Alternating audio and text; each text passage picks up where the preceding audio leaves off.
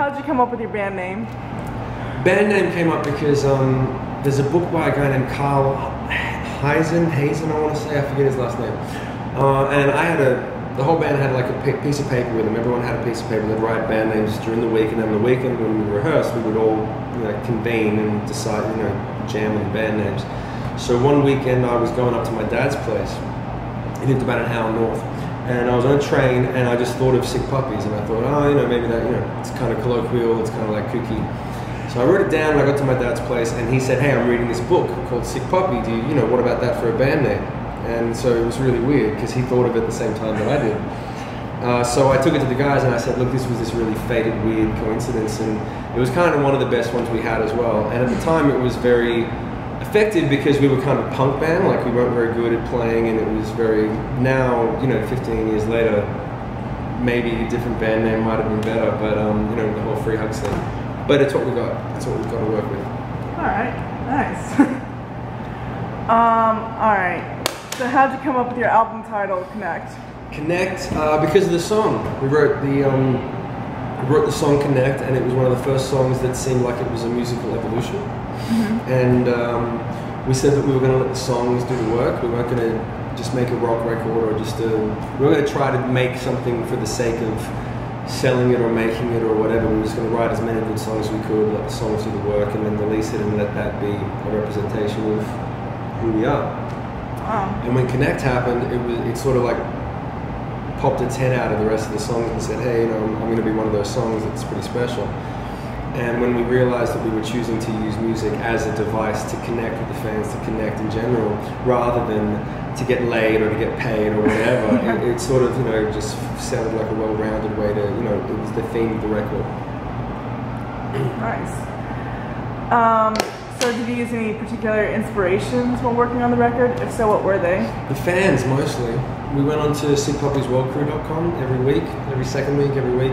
Okay. We did a lot of web chats, we did a lot of question and answers and stuff, and we asked them what they liked, what they didn't like, what they thought we could do better, what they wanted to hear more of. And they gave us a lot of honest feedback and mostly validated the choices that we were going to make, and said, if you go that way, we'll be there, we'll be listening. So that was the main source of inspiration. Wow. Pretty good inspiration there. Yeah, well, that's what they're there for. I mean, you're sharing the music, you're making it for them, so you may as well listen. I don't know why a lot of bands don't. Yeah, it's different. Like, most people say, like, oh, everyday life or something, but everyday life, it can be very boring. I mean, really, like, that's what, maybe Odd One, like, songs like that, people seem to resonate with lyrically because they're about that dramatic moment. And there's, just because they're few and far between doesn't mean they're not, valid. Mm-hmm. And so I think it's better to write about the more blue moon moments, the ones, the unique experiences. Yeah. Everyday life is, everyone has everyday life. Yeah. Yeah, I hear ya. Yeah, I definitely connect more with, connect. See, this is what I'm telling you, right? That's why. It all comes full circle, man. Yeah, like I love There's No Going Back. Like that one is my absolute favorite song. Thank you. Yeah, really well written. Oh, thank you very much. Yeah, no problem. If you had the opportunity to collaborate with another artist, who would it be? Shit. I think. I mean, I probably would say Brandon Boyd or Daniel Johns just because they were my heroes. Mm-hmm. But they're both already done their collaborative things and the solo stuff and all that sort of thing. I don't know, man,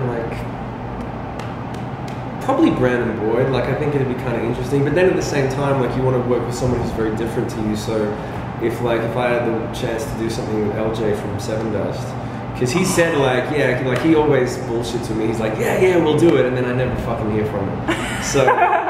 So it's like, I'm sure that if I hustled with him and said, hey, I'll fly to Atlanta and let's do it, maybe I could make it happen, but we're both so busy. Mm-hmm. But that'd be really cool because our tones are so different. Yeah, I actually just saw Seven Dust last Friday. Oh yeah, they're amazing, right? Oh my god, yeah, I actually shot them. They were just amazing. Yeah, put on one hell of a show. Yeah. Alright, favorite venue? Probably the Pageant in St. Louis.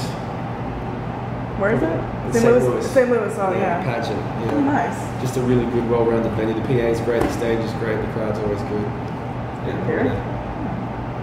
Alright, so you mentioned your influences earlier. Yeah. Seven Dust, Incubus, and Silverchair, and Rage. Alright, very cool. So, what does music mean to you? It's pretty much a tool to connect. That's it. Unfortunately, that's it. It's really a tool. It's not some fucking religious experience or anything like that. It's just a tool to connect with someone else in some way. So you hear a song and you go, like what you said, there's no going back. Like, oh, that's how I feel, or that's, you know, and you don't necessarily connect with the person singing it, or but you connect with the song and the moment, and that's in the music. That's you connect with that. So it's a tool to make you feel something. All right, very cool. All right, so all right, this one was just off the top of my head just now. You do it. All right, so composing a song, where do your ideas come from, and how do they evolve? Shit. Where they come from. Where they come from is usually a conversation with the band, if you're writing with the band and stuff, and you talk about, okay, well, what are we going to write about today? And you sort of talk about what movies you've seen or what things, and then it comes down to like what an experience. You pick an experience or something that you're going through, something that's a turning point usually. A turning point is usually the best thing to write a song about. That's why like maybe it's time to change it. There's no going back when you make that choice and you go forward and you do something, because it's very empowering and strength building and confidence building. So then you have to figure out a unique way of saying something that's been said a million times. And it's not necessary, and that's why like there are these phrases that come up like, well, there's no going back is a pretty common phrase. You hear people say it like, oh, there's no going back, or it's all the same, or you know, whatever. Like there's a lot of like, you know, Welcome to My World. There's all these songs that have common phrases, because really you just try to find something that people say a lot. And there's a lot of people that go, man, I used to always say that, and now I've got a song. You know, like that's what you're trying to do. You're trying to like give them something that's for them, and so that's how it evolves. You try to make it as connective as possible. You try so that a lot of people can really connect with it. Very nice. And that was actually the last question. Well, hey, thank you for helping us promote the record. Of course.